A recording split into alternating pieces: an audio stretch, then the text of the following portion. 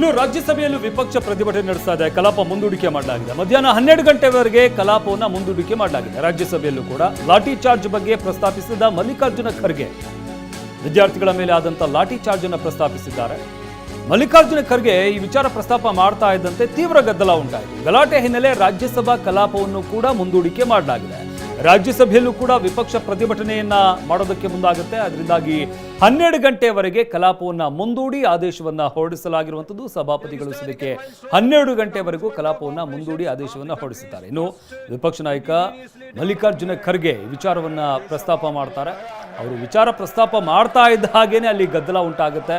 ಈ ಹಿನ್ನೆಲೆಯಲ್ಲಿ 12 ಗಂಟೆವರೆಗೂ ಕಲಾಪವನ್ನ ಮುಂದೂಡಿ ಆದೇಶವನ್ನ ಹೊರಡಿಸಲಾಗಿರುವಂಥದ್ದು.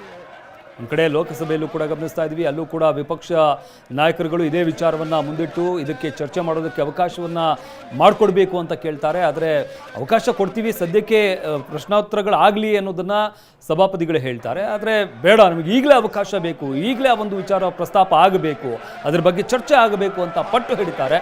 ಆಗ ಗಲಾಟೆ ಎಲ್ಲವೂ ಕೂಡ ಹೆಚ್ಚಾಗುತ್ತೆ. ಈ ಹಿನ್ನೆಲೆಯಲ್ಲಿ 12 ಗಂಟೆಗೆ ಲೋಕಸಭೆಯಲ್ಲೂ ಕೂಡ ಕಲಾಪವನ್ನು ಮುಂದೂಡಲಾಗುತ್ತೆ. ರಾಜ್ಯಸಭೆಯಲ್ಲೂ ಕೂಡ ಕಲಾಪವನ್ನು ಮುಂದೂಡಲಾಗಿದೆ.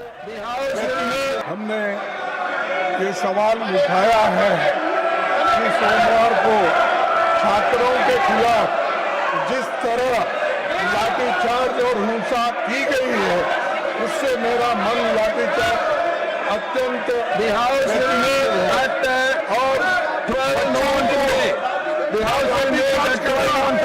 उनको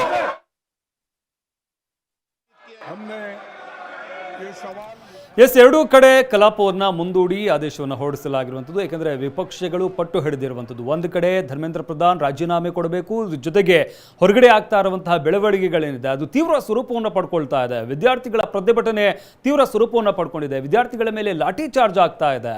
ಇದನ್ನ ಖಂಡಿಸಿ ಇವತ್ತು ಕಪ್ಪು ಬಟ್ಟೆಯನ್ನು ಧರಿಸಿಕೊಂಡು ಬಂದಿರುವಂತಹ ವಿರೋಧ ಪಕ್ಷದ ನಾಯಕರುಗಳು, ಎಲ್ಲ ಸಂಸದರುಗಳು ಇವತ್ತು ಈ ಒಂದು ವಿಚಾರವನ್ನು ಪ್ರಸ್ತಾಪ ಮಾಡೋದಕ್ಕೆ ಮುಂದಾಗ್ತಾರೆ. ಆದರೆ ಅದಕ್ಕೆ ಈಗ ಬೇಡ, ನಂತರ ಸಮಯಾವಕಾಶವನ್ನು ಕೊಡ್ತೀನಿ ಅಂತ ಸಭಾಪತಿಗಳು ಹೇಳ್ತಾರೆ. ಆದರೆ ಅದಕ್ಕೆ ಒಪ್ಪೋದಿಲ್ಲ. ಈಗಲೇ ನಮಗೆ ಚರ್ಚೆಗೆ ಅವಕಾಶವನ್ನು ಮಾಡಿಕೊಡ್ಬೇಕು ಅನ್ನೋದನ್ನು ಕೇಳ್ತಾರೆ ಸಂಸದರು. ಆ ಒಂದು ಸಂದರ್ಭದಲ್ಲಿ ಸದ್ಯಕ್ಕೆ ಗಲಾಟೆ ಎಲ್ಲ ಹೆಚ್ಚಾದಂಥ ಕಾಣುತ್ತಿದ್ದಾಗಿ 12 ಗಂಟೆವರೆಗೂ ಕಲಾಪವನ್ನು ಮುಂದೂಡಿ ಆದೇಶವನ್ನು ಹೊರಡಿಸಲಾಗಿರುವಂಥದ್ದು ಲೋಕಸಭೆಯಲ್ಲಿ. ಅದೇ ರೀತಿಯಾಗಿ ರಾಜ್ಯಸಭೆಯಲ್ಲೂ ಕೂಡ ಮಲ್ಲಿಕಾರ್ಜುನ ಖರ್ಗೆ ಈ ಒಂದು ವಿಚಾರವನ್ನು ಪ್ರಸ್ತಾಪ ಮಾಡ್ತಾರೆ. ಅವರು ವಿಚಾರ ಪ್ರಸ್ತಾಪ ಮಾಡ್ತಾ ಇದ್ದಾಗೇ ಅಲ್ಲಿ ಗಲಾಟೆ ಎಲ್ಲ ಹೆಚ್ಚಾಗುತ್ತೆ.